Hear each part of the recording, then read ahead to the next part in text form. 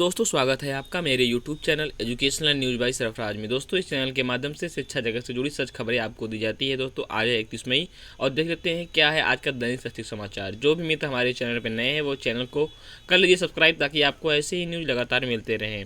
चलिए दोस्तों, शुरू करते हैं, देखते हैं क्या है न्यूज़। सबसे हम पहले बात कर लेते हैं 69,000 शिक्षक भर्ती के कुछ न्यूज़ की। यहाँ दिया हुआ है कि अध्यापक भर्ती में गलत उत्तरों की आपत्तियों पर जवाब तलब। हाईकोर्ट ने 69,000 सहायक अध्यापकों की भर्ती परीक्षा में प्रश्नों के गलत उत्तर के मामले में याचियों की आपत्तियों पर राज्य सरकार से जवाब मांगा है। सुनवाई की तारीख 6 जुलाई तय की है। यह आदेश न्यायमूर्ति प्रकाश पाटिया ने रोहित शुक्ल, सुनीता और दर्जनों अन्य की याचिकाओं पर वरिष्ठ अधिवक्ता अनिल तिवारी व राधाकांत ओझा और एडवोकेट बीबी राय को सुनकर दिया है। पूर्व में कोर्ट ने आंसर की पर आपत्ति पर आई आपत्तियों के निस्तारण के लिए गठित विशेषज्ञ कमेटी की 18 जनवरी 2019 की रिपोर्ट तलब की थी। विशेषज्ञ कमेटी की रिपोर्ट देखने के बाद कोर्ट ने सरकार को याचियों की आपत्तियों का जवाब दाखिल का निर्देश दिया है। याचिकाओं में कहा गया है कि परीक्षा में पूछे गए प्रश्नों की प्रारंभिक उत्तर कुंजी को लेकर आपत्तियां दाखिल की गई थी। हालांकि कहा गया कि कई प्रश्नों के उत्तर विकल्प गलत हैं, जबकि कई में 2 उत्तर विकल्प सही है। इन आपत्तियों का निस्तारण किए बगैर 8 मई को फाइनल आंसर की जारी कर दी गई और 12 मई को परिणाम भी घोषित कर दिया गया। याचिकाओं में गलत उत्तरों को संशोधित कर नए सिरे से परिणाम घोषित करने की मांग की गई है। तो दोस्तों देखिए क्या होता है। अब ये 6 जुलाई को ही मालूम चलेगा। अब बात कर लेते हैं शिक्षक भर्ती की चयन सूची। आज दोस्तों परिषदीय प्राथमिक स्कूलों में 69,000 सहायक भर्ती की चयन सूची रविवार रात या सोमवार सुबह जारी होगी। बेसिक शिक्षा परिषद की ओर से 17 मई को जारी टाइम टेबल के अनुसार 31 मई को जिलेवार आवंटन सूची जारी होनी थी, लेकिन बाद में मोबाइल नंबर संशोधन के लिए ऑनलाइन आवेदन की अंतिम तिथि 2 दिन बढ़ने से थोड़ी देर हो सकती है। एनआईसी की टीम आवेदन करने वाले 1,36,621 अभ्यर्थियों का पहले बैकअप लेगी, फिर जिलेवार सूची तैयार करेगी। काउंसलिंग के लिए सामाजिक दूरी का काफ़ी ध्यान रखना होगा। वहीं 3 से 6 जून के बीच होने वाली काउंसलिंग के लिए अभ्यर्थी को मूल अभिलेख अनिवार्य रूप से जमा कर लिए जाएंगे। दोस्तों, ये रही न्यूज़ शिक्षक भर्ती की। तो आज या कल सुबह तक जो उसकी सूची है वह अपलोड कर दी जाएगी। दोस्तों, आगे बात कर लेते हैं। डीयू में ओपन बुक परीक्षा 1 जुलाई से होंगी। दिल्ली विश्वविद्यालय में पहली बार आयोजित होने जा रही ओपन बुक परीक्षा की तिथि जारी कर दी गई है।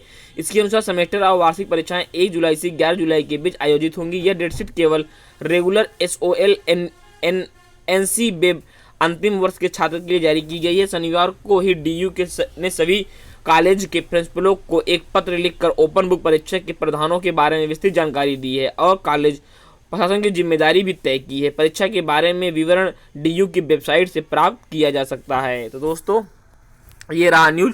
वहीं 85% छात्रों ने इसे नकार भी दिया है। अब दोस्तों आगे देख लेते हैं। नहीं बन सके प्रमाण पत्र कैसे करें आवेदन। यहाँ पे PCS 2020 के आवेदन तिथि को बढ़ाने की मांग की गई है। तो दोस्तों देखते हैं क्या है पूरी न्यूज। यहाँ दिया हुआ है लोक सेवा आयोग की PCS 2020 की परीक्षा के आवेदन तिथि बढ़ाने की मांग उठ रही है। यह मांग करने वाले प्रतियोगी का कहना है कि आय, जाति और दिव्यांग प्रमाण पत्र बनने में मुश्किल हो रही है, खास तौर से उन अभ्यर्थियों को जो रेड जोन वाले जिलों में रह रहे हैं। इसलिए आवेदन की अंतिम तिथि बढ़ा दी जाए।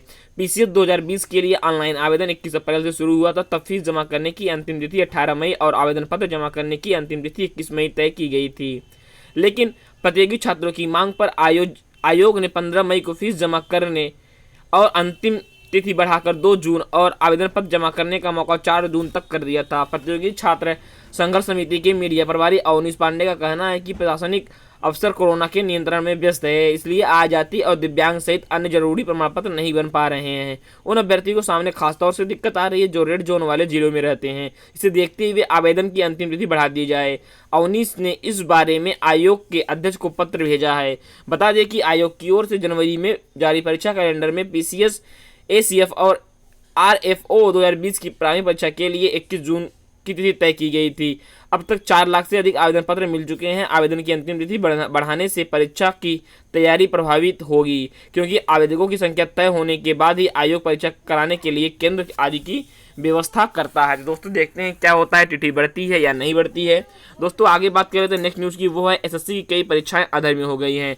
लॉकडाउन का चौथा चरण सोमवार को पूरा हो जाएगा, रविवार को पूरा हो जाएगा। शनिवार की शाम तक पांचवें चरण को लेकर स्थिति स्पष्ट नहीं थी। ऐसे में कर्मचारी चयन आयोग की भर्ती परीक्षा के अभ्यर्थी की परेशानी बढ़ गई है। आयोग में 30 जून की ओर से 5 भर्ती परीक्षाएं प्रस्तावित की गई थी। इनमें से 3 तो नहीं हो सकेंगी क्योंकि 2 भर्तियों के पूर्व के चरण ही परीक्षा नहीं हो सकी। दोस्तों बता दूं कि भारत में 30 जून तक लॉकडाउन को फिर बढ़ा दिया गया है। जो क्षेत्र रेड जोन में होंगे और बड़े बड़े शहर रेड जोन के अंतर्गत हैं तो एसएससी की परीक्षाएं 100% नहीं हो पाएंगी। तो जून में परीक्षा होने की कोई भी संभावना नहीं है। अब आगे बात कर लेते हैं अगले न्यूज़ की, वो है राज्य विश्वविद्यालय जून में परीक्षा कराने को तैयार है।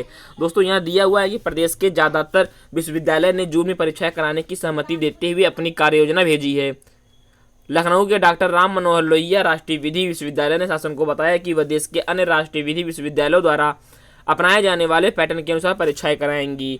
वहीं लखनऊ विश्वविद्यालय ने अपने शेष परीक्षाएं 15 जून से कराने का प्रस्ताव भेजा है। राजधानी लखनऊ के ख्वाजा मोइनुद्दीन चिश्ती भाषा विश्वविद्यालय ने 1 जून से 8 जून तक इंटरनल असेसमेंट, ओपन बुक परीक्षा अथवा असाइनमेंट के माध्यम से ऑनलाइन परीक्षाएं शुरू कराने का प्रस्ताव भेजा है। छत्रपति साहूजी महाराज विश्वविद्यालय कानपुर ने सेमेस्टर की प्रायोगिक परीक्षाएं 15 जून से 30 जून तक तथा लिखित परीक्षाएं 1 जुलाई से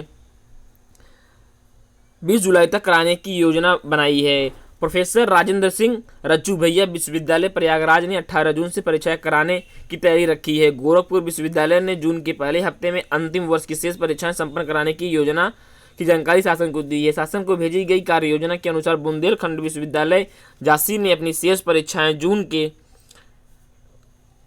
पहले हफ्ते में 3 पालियों में कराने की बात कह रही है। उत्तर प्रदेश राजर्षि टंडन मुक्त विश्वविद्यालय प्रयागराज ने यहाँ 29 लिख दिया गया है, 2019-20 ये पूरा ही गलत है। सत्र 2020-21 की परीक्षा 10 जुलाई से प्रस्तावित की है। डॉक्टर भीमराव अंबेडकर विश्वविद्यालय आगरा ने भी अपनी शेष परीक्षाएं 1 जुलाई से प्रस्तावित की है, जो अगस्त के पहले हफ्ते तक संपन्न हो जाएंगी। तो दोस्तों ये रही न्यूज़, जल्द ही राज्य विश्वविद्यालय की परीक्षाएं प्रारंभ हो जाएगी। दोस्तों ये वीडियो आपको कैसा लगा है? अगर वीडियो अच्छा लगा है तो वीडियो करिए लाइक, साथ ही अपने दोस्तों के साथ शेयर कर दें और हमारे channel educational news bye Sarfaraz को कर लीजिए सब्सक्राइब, ताकि आपको ऐसे ही न्यूज़ लगातार मिलते रहें। थैंक यू, जय हिंद।